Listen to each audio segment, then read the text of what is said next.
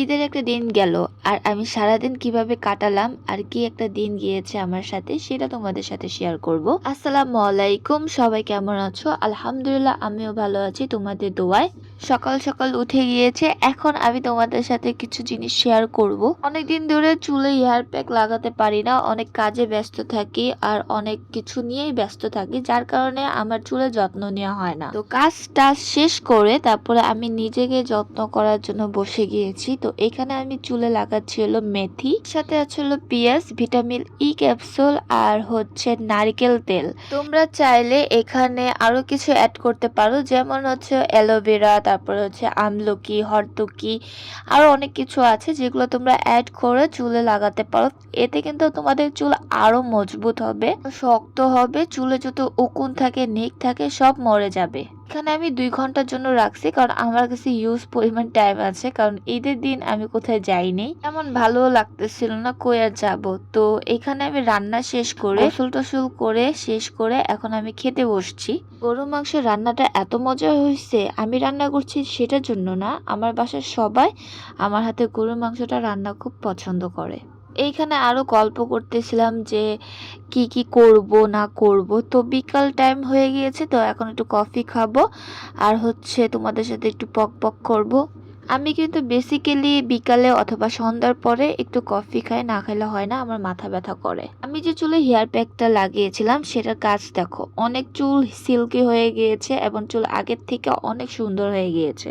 আমি জাস্ট একবার দিচ্ছি আর একবার দেওয়াতে দেখছো কি রেজাল্ট। তাহলে তোমরা বলো, যখন সপ্তাহে 2 দিন লাগাবা তখন কিন্তু এটা আরো ভালো রেজাল্ট পাবা। তো তোমরা সপ্তাহে 2 দিন লাগালেও তোমরা ভালো রেজাল্ট পাবা। এখন এই ড্রেসটা পরে আমি ঘুরতে যাব। তো এটা আমি অনলাইন থেকে কিনেছি, ড্রেসটা ভালোই আছে। আমার কাছে মনে হচ্ছে যে আমার থেকে সাইজের অনেক বড় আর অনেক ঢোলা হয়ে গিয়েছে। আচ্ছা, ব্যাপার না, একদিনই তো পরবো, সমস্যা নেই, পরে একটু বের হই। এইখানে আমি সিম্পলি ভাবে রেডি হয়ে গেছি, আমি বেশি কিছু লাগাই নেই। তোমরা দেখলেই দেখতে পারবা যে দেখছো আমার সাজ একদম নর্মাল ছিল, জাস্ট একটু লিপস্টিক লাগাইছি, মুখে পাউডার দিছি, আর কিচ্ছু লাগাইনি। তারপর চলে গেলাম ফ্রেন্ডদের সাথে আড্ডা দিতে। এখানে সবাই ছিল, সবাই মিলে একটু আড্ডা দিলাম আর অনেক মজা করলাম। আসলে সারাদিন বাসায় বসে থাকতে থাকতে বোর হয়ে গিয়েছিলাম, তাই একটু বের হলাম, মনটাও ভালো হয়ে গেল। নিজের মন নিজেকে ভালো করতে হয়, অন্য কেউ ভালো করবে না। আচ্ছা, বাদ দিই। তো এখন হচ্ছে আমার ফুচকা খাওয়ার পালা, কারণ আমি ফুচকা না খেলে আমার চলবে না। এই তো আমরা প্রায় 4 জন ছিলাম, আমরা ছিলাম অনেকজন কিন্তু চলে গেছে, বাট আমরা 4 জন ছিলাম।